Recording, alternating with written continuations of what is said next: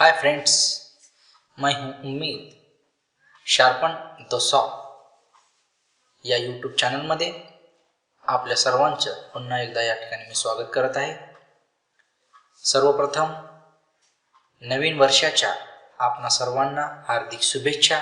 नवीन वर्ष सुख समृद्धीचं, भरभराटीचं आणि आनंदमय सुखमय जावो हीच ईश्वरचरणी प्रार्थना। तर आज आपण या व्हिडिओमध्ये पाहणार आहोत की ऑनलाईन शिष्यवृत्तीचे फॉर्म आपण सर्वांनी भरलेले आहेत। त्या फॉर्मची चलनची प्रिंट आणि शाळा संलग्न फी या संदर्भातील माहिती या व्हिडिओमध्ये आपण पाहणार आहोत। जिल्हा परिषद शाळांच्या विद्यार्थ्यांची फी ही जिल्हा परिषद भरणार असून फक्त जिल्हा परिषद शाळेतील शिक्षकांनी किंवा जिल्हा परिषद शाळेच्या मुख्याध्यापकांनी शाळा संलग्न फी हे आपल्या केंद्र प्रमुख, गट विस्तार अधिकारी किंवा गट शिक्षण अधिकारी कार्यालयामध्ये या जमा करू शकता। 200 रुपये ही शाळा संलग्न फी आपणास भरावयाची आहे। तर चला तर पाहूयात की आपण आज ऑनलाईन शिष्यवृत्तीचे 5वी आणि 8वी चे फॉर्म फी स्ट्रक्चर कशा पद्धतीने आपल्याला करायचं आहे। चला तर मित्रांनो आता आपण पाहूया। सर्वप्रथम मोझिला फायरफॉक्स मध्ये www.puppews.com या वेबसाईटवर आपण जाणार आहोत। यानंतर महाराष्ट्र राज्य परीक्षा परिषद पुणे यांच्या वेबसाईटचं हे पेज या ठिकाणी ओपन होते। ओपन झाल्यानंतर तुम्हाला तुमच्या शाळेचा UDIS कोड, तुमच्या शाळेचा पासवर्ड या ठिकाणी टाकून शाळा लॉग इन व्हायचे। शाळेचा पासवर्ड या ठिकाणी टाकायचा आहे।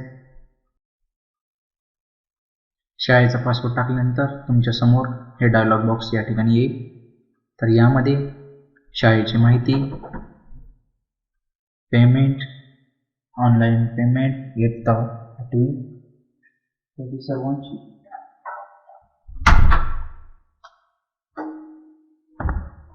माहिती या ठिकाणी येणार आहे। तर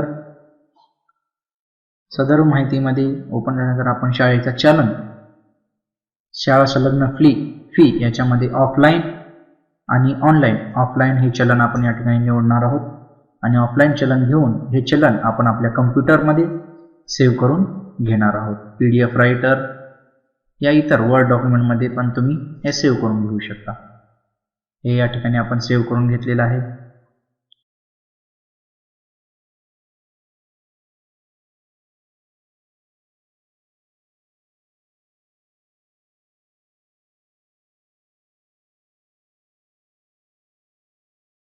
यानंतर पुन्हा बॅक या ठिकाणी जाऊन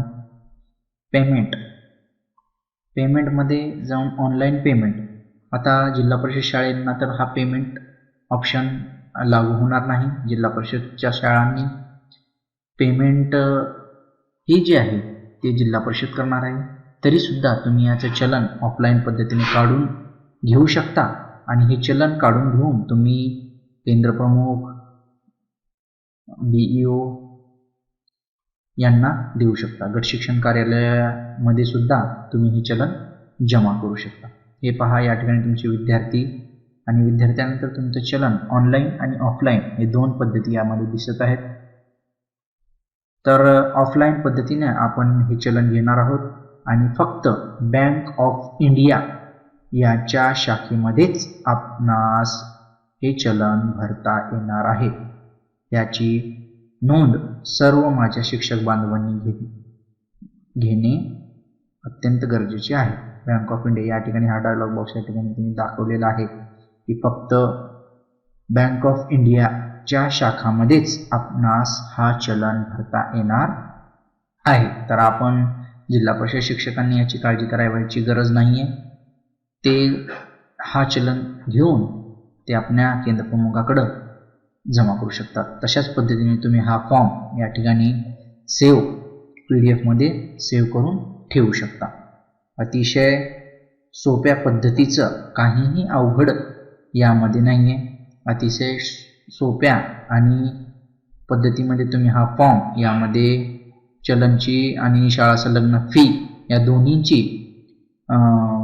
चलन हे दोन्ही आपण आपल्या कम्प्युटरला सेव्ह करून त्याची प्रिंट करून घेऊन ते आपल्या हार्ड कॉपी आपल्या मुख्याध्यापकाकरवी केंद्र प्रमुखाकडे आपण जमा करू शकता.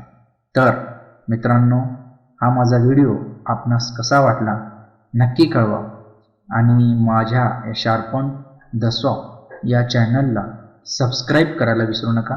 सबस्क्राईब हे या व्हिडिओच्या खालच्या बाजूस लाल बटन तुम्हाला दिसत आहे, त्या ठिकाणी जाऊन तुम्ही त्या लाल बटनाला सबस्क्राईब करा आणि सबस्क्राईब केल्यामुळं यानंतर जे काही व्हिडिओ मी आपणास दाखवणार आहे ते सर्व व्हिडिओ आपल्याला नोटिफिकेशनद्वारे मिळतील आणि ते सहजासहजी आपण पाहू शकतो. धन्यवाद. थँक्यू. Bye bye.